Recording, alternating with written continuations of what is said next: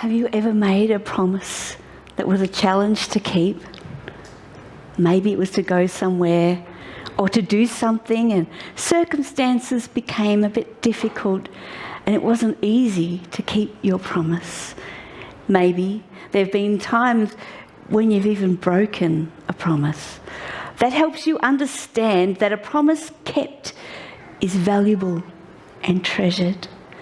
God made a promise to humanity back in the Garden of Eden when Adam and Eve were devastated because they had broken the perfect relationship with their God and had believed Satan's lies about their Creator instead.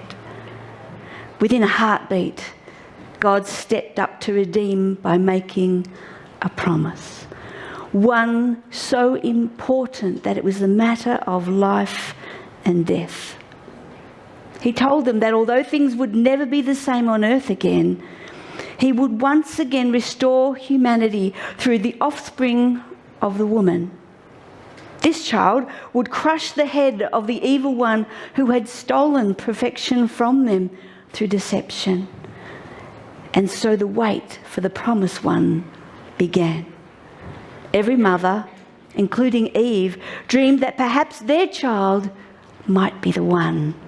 Time passed, and the evil one threw everything he could at the bloodline of man to try and halt God's promise in its very tracks. But our God always keeps his promises.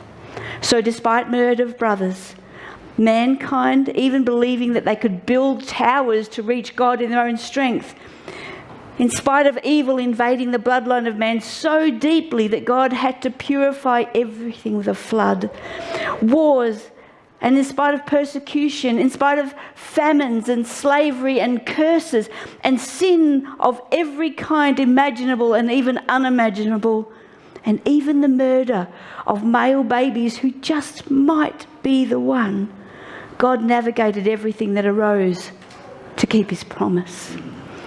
Not only did he navigate around everything Satan's evil plans had thrown at him, he left clues and prophecies and orchestrated unbelievable circumstances to make sure we knew that he was always on it.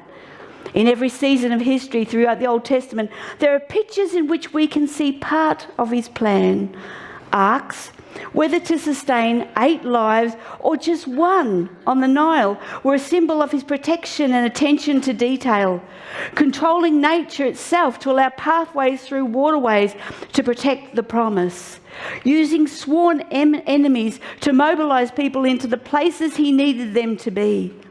Demonstrations of power against evil when whole cities were destroyed in an instant at his word, or at something as crazy as a shout from an army. Raising powerful leaders from the most meek and sometimes ridiculous of people. Can you imagine the hidden smirks of those who were in power at the types of people God chose through the ages to help him carry or orchestrate the details of his promise? No one would have ever expected a captive like Daniel to be the leader of the Magi, the kingmakers of the East, to sow the seeds that would lead a troop of them into Jerusalem, searching for the newborn king hundreds of years later. Who but God would set up a Roman census to ensure every detail of every prophecy was fulfilled, that a virgin ended up in Bethlehem with her betrothed right when her child was due. There are so many unanswered questions in the Old Testament, like why does the shedding of blood point to our forgiveness of sin? What was the significance of the temple in the wilderness? What was the most holy place about?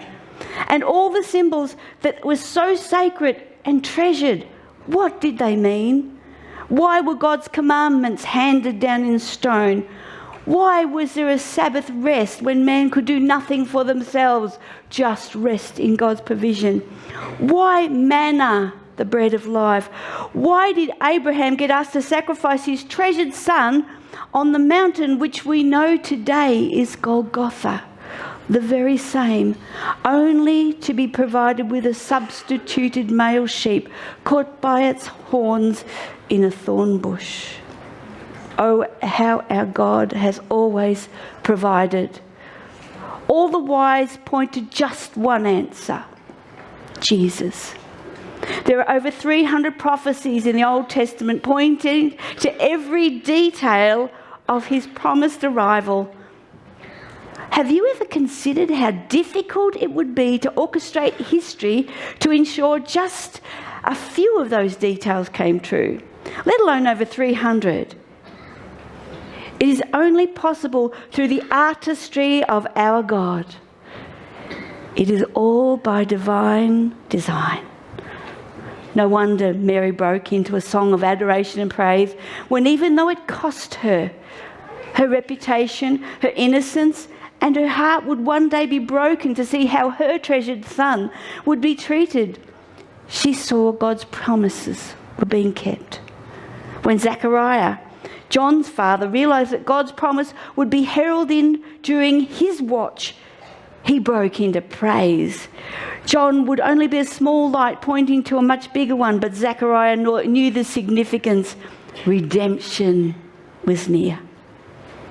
Can you imagine that morning when Jesus was presented in the temple by a poor couple who only could afford the minimum sacrifice that was acceptable for the arrival of a newborn son?